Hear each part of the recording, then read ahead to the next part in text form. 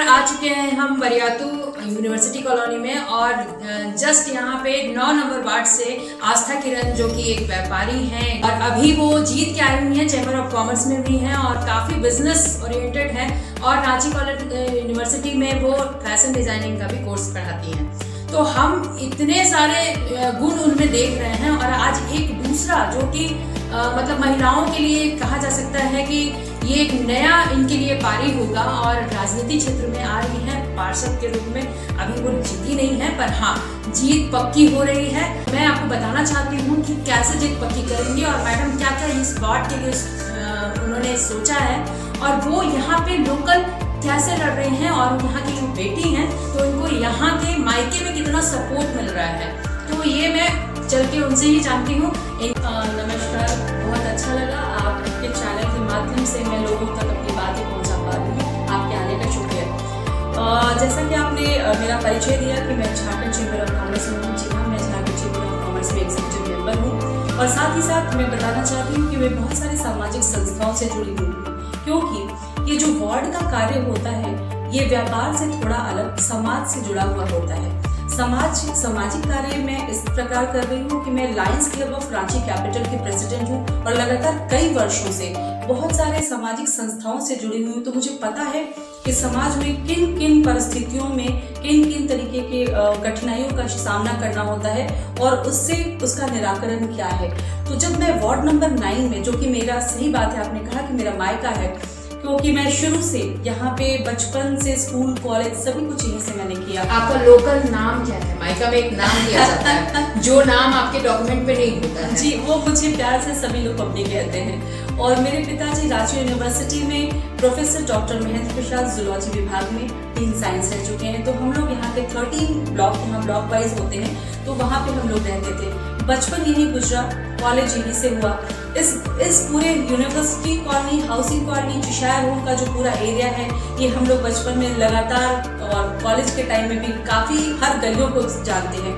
तो आज जब 9 नंबर वार्ड से मुझे, जो कि ये महिला वार्ड बन चुका है और मुझे मौका मिला आने का, तो मैंने बिना कुछ देर किए मैंने अपना डिसीजन ले लिया कि फिर से मैं इस वार्ड में, यानी कि अपने वार्ड में आकर समाज के लिए, अपने परिवार के लिए कुछ कार्य कर सकूं।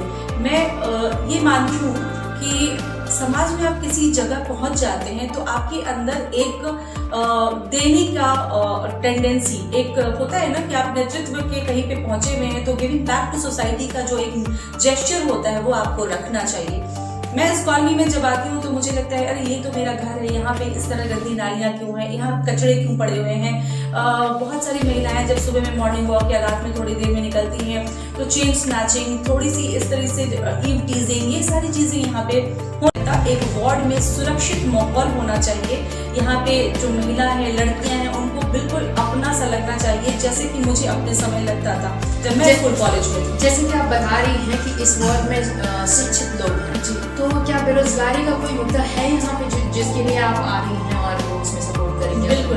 मैं रंजीत रंजन, आस्था किरण हमारी पत्नी इस 9 नंबर वार्ड में चुनाव के लिए खड़ी है, वार्ड पार्षद के रूप में, और इसका वो क्रमांक संख्या 1 है और यहाँ लोगों का अपार समर्थन हमें मिल रहा है। मतलब आप यहाँ के दामाद बने हुए हैं तो आपको अच्छा रिस्पांस मिल रहा है? बहुत अच्छा रिस्पांस मिल रहा है। लोग इन्हें हाथों हाथ ले रहे हैं कि एक अच्छी और शिक्षित महिला वार्ड पार्षद के चुनाव में पहली बार उतर रही है। तो लोगों का ये सपोर्ट है कि पढ़े लिखे लोग आते हैं तो थोड़ा वार्ड का अच्छा से विकास होगा जी। तो इसलिए लोग हाथों हाथ ले रहे हैं। लोगों का समर्थन में अच्छा से मिल रहा है। इसमें कहीं से कोई भेदभाव नहीं किया जा रहा है। तो कहीं मैडम को लेके कहीं भी कुछ ऐसा लगता है कि ये काम नहीं करना चाहिए, ये काम करना चाहिए, आप ज्यादा सिखाते हैं कि मैडम ज्यादा सिखाती है? नहीं, हम दोनों ही साथ साथ चलते हैं और समाज सेवा का काम तो हम लोग शुरू से करते आ रहे हैं। कोरोना काल में भी हम लोगों ने बहुत सारे कार्य किए हैं, जिसके लिए हम लोगों को बहुत सारा सर्टिफिकेट वगैरह मिला लोगों से। हम दोनों पति पत्नी अपने गाड़ी में पूरा डिक्की भर के निकल जाते थे। लोगों से लाना है कौन सबसे अच्छा शिक्षित है, कौन क्या कार्य कर सकता है, किसके पास ज़्यादा अनुभव है, ये सोच के जनता खुद लाए। और 9 नंबर वार्ड के जितने भी वोटर हैं उन लोगों से आग्रह होगा जितना ज़्यादा से ज़्यादा संख्या में आकर वोट करें, क्योंकि वोट करना हमारे लिए हमारा जन्मसिद्ध अधिकार है और हम सबको वोट करना चाहिए। तो ये मेरी यहाँ की जनता से अपील है कि सब लोग आएँ, पहले मतदान करें और फिर उसके बाद जलपान करें। एक दिन अगर थोड़ा लेट प्लीज जलपान होता है तो कोई बात नहीं। सर्वप्रथम जैसा कि मैंने बताया कि वार्ड का जो काम है वो कहीं ना कहीं समाज सेवा से जुड़ा है। और जब हम लोग बात करते हैं कि मेरा बैकग्राउंड या जो मेरा कार्य क्षेत्र है वो व्यापार से जुड़ा हुआ है, तो आप किसी भी देश का, किसी भी राज्य का या अपने घर परिवार का भी जो प्रगति है वो कैसे होता है, जब आपकी इकोनॉमी अच्छी होती है। यानी कि अगर हम लोग व्यापार को एक बेस बना के माने, क्योंकि बहुत सारे लोग ऐसा सोचते हैं कि व्यापारी हैं, इनको समाज से क्या मतलब, इनको समाज सेवा क्या पता होगा। लेकिन मैं उनको बताना चाहती हूँ कि एक व्यापारी हर बार हर वर्ग को आगे ऊपर लेकर जाता है। उसको दिखाई पड़ता है कि कहाँ कहाँ क्या दिक्कतें हैं। वो सिर्फ सरकारी तंत्रों पर ही नहीं डिपेंड करता है, वो कभी कभी अपने पॉकेट से भी खर्चा कर देता है कि चलो भाई हमारा वार्ड को सुंदर करना है तो हम ही कर देते हैं, फिर देखा जाएगा। तो मेरी मानसिकता ये है, हम लोग कभी भी ऐसे सोच के साथ आगे नहीं बढ़ना चाहते हैं कि हमारा जहाँ रीच नहीं है हम लोग आगे इसको नहीं ले जा सकते हैं। आप भले ही बहुत सारे लोगों को ऐसा लगता होगा कि ये क्योंकि जो यूनिवर्सिटी कॉलोनी, हाउसिंग कॉलोनी, बहुत सारे नए लोग भी यहाँ बस गए हैं, तो उनको लगता होगा कि ये नए हैं, इनको वार्ड के बारे में क्या पता होगा। तो मैं उनको बताना चाहूँगी कि ये वार्ड का काम या जो 9 नंबर के वार्ड का काम है, सिर्फ मैं यहाँ पे पद प्राप्त करके ही नहीं कर रही हूँ।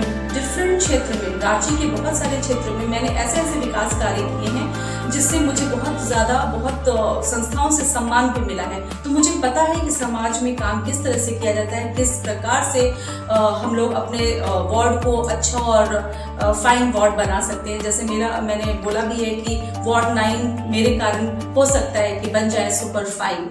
तो मैं ये हमेशा बोलते रहती हूँ कि वार्ड 9 को अगर सुपर फाइन बनाना है, स्मार्ट वार्ड बनाना है, तो आप मुझे एक मौका देकर देखें। जहाँ तक आपने महिलाओं की बात करी, बच्चियों की बात करी, तो उनको आज बहुत सारी महिलाएं घर पे हैं जो कि उनके मन के अंदर होता है कि मैं कुछ छोटा लघु उद्योग करूं, मैं कहीं पे ऐसा अपना छोटा सा व्यापार करूं ताकि मैं भी होता है ना, पैसे के लिए लोग नहीं करते, बहुत बारी अपने पर्सनालिटी, अपने व्यक्तित्व को निखारने के लिए, कॉन्फिडेंट फील करने के लिए करते हैं। तो उन लोगों के लिए भी मैं कुछ स्किल से जुड़े हुए कार्यक्रम को इस वार्ड में इंट्रोड्यूस करने की कोशिश करूंगी।